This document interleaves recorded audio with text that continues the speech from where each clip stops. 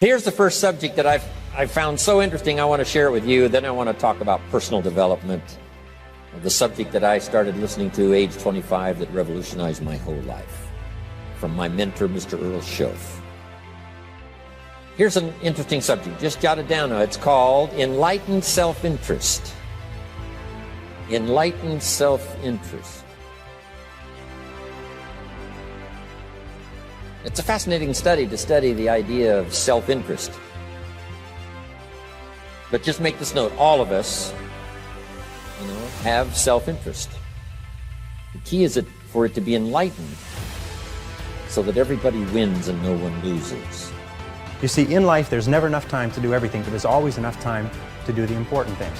Successful people, peak performers, concentrate on the top items. And remember, anything other than working on the top items on your list is a waste of your time. And time management is not just time management is life management.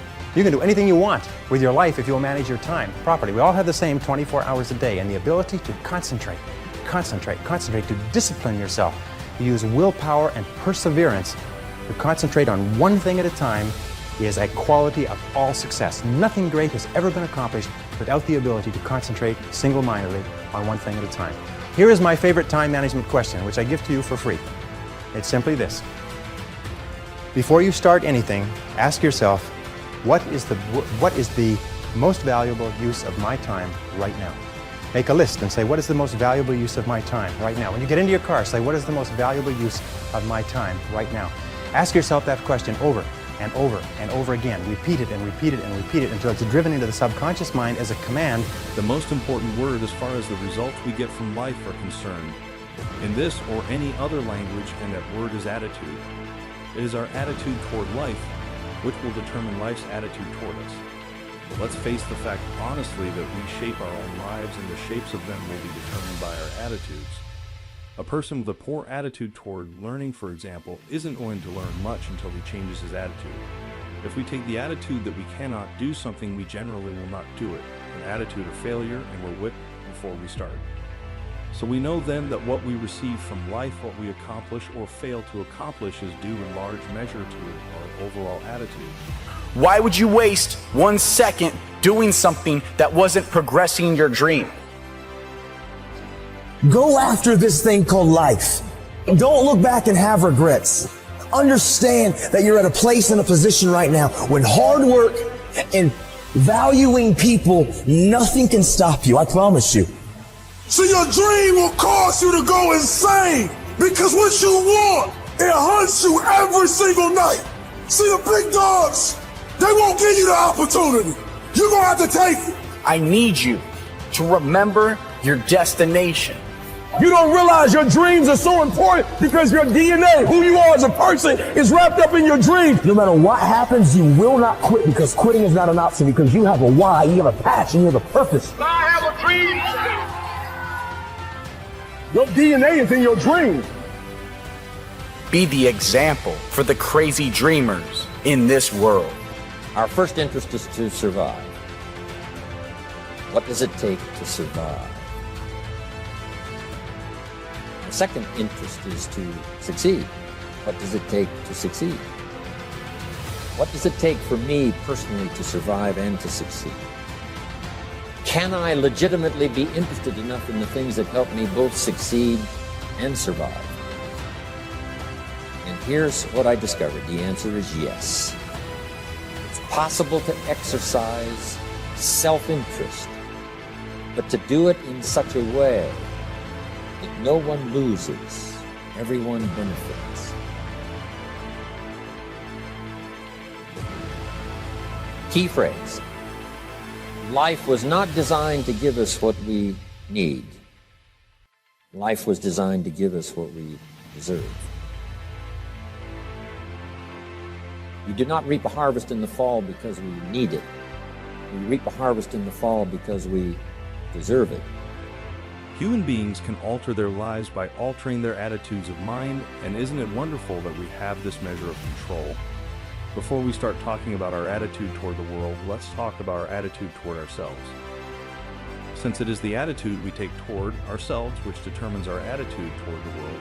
Now right here we come to a rather strange fact.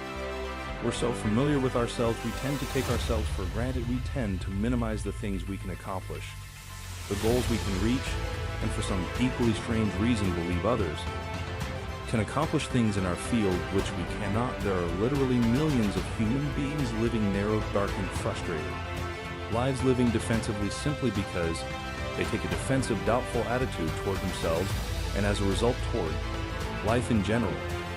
Develop a sense of urgency. A sense of urgency is a quality that is possessed by only 2% of the population. 2% of the population do things fast. 2% of the population have a bias for action. In Tom Peters' wonderful book, In Search of Excellence, he says all the excellent companies have a bias for action. And all of the companies that do not classify or do not come into the excellence category do things when they get around to it.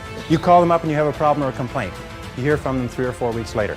But the excellent companies, you call up with a problem or a complaint, bang, there's somebody back to you in 2 minutes. If you ever want an experience, call IBM, call Hewlett-Packard, and say, I'm having a problem getting some information. I'm having a problem with my PC. They won't let you off the phone until they've taken care of you. You call the other companies, they'll say, it's not my job. They say, the guy who takes care of that isn't here. When will he be back? I don't know. Can you take a message? I don't have a pencil. You need to use guilt as your fuel. You need to start feeling guilty when you're not achieving or striving towards your dream. You can use the people that doubted your dream as motivation. When your dreams are dying and when you don't have enough strength to go on, I need you to stop the procrastination. I need you to let go of all limitations. Many people are suspicious of and oppose change, yet change is the one thing in life on which we can absolutely count.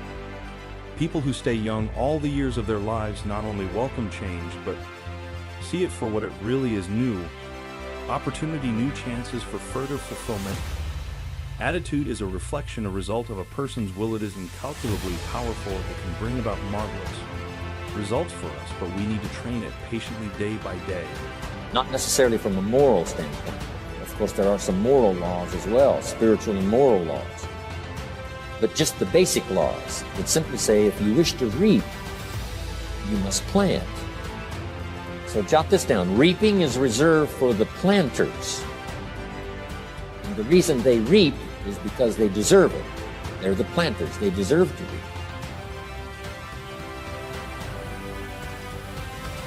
Interesting Bible phrase that says, if you keep knocking, you'll find open doors. Good phrase to jot down. If you keep knocking, you'll find open doors. Doors of opportunity. Doors of a chance to meet someone. Doors open for association. Doors open to find someone special. Doors open to find a unique business colleague. If you keep knocking, the phrase says, doors of opportunity are open to those who continually knock. Is analysis. Make a list. How do you make a list? And you make your list for each day the evening before. And you always work from a list. Now, why do you make it the evening before? The primary reason is if you make a list the evening before, the subconscious goes to work on your list while you're asleep. And during the night, the subconscious will solve problems and bring insights to you. You'll wake up in the morning with insights, ideas, intuitions, answers that will make your day more productive. Now, the second reason that you use a list is because if you don't have a list, it's like driving down the street in a car with no steering wheel. You just drift, and every bump, every interruption, everything that happens sets you off in a different direction. A list gives you a track to run on for the entire day. Another reason that you use a list is because with a list, you can analyze where you are. You can tell what is more important and what is less important. You can tell what is irrelevant, what can be delegated, what can be delayed, what can be put off. That when you use a list and you work down the list and you check things off, each time you check something off on a list, it gives you a feeling of accomplishment.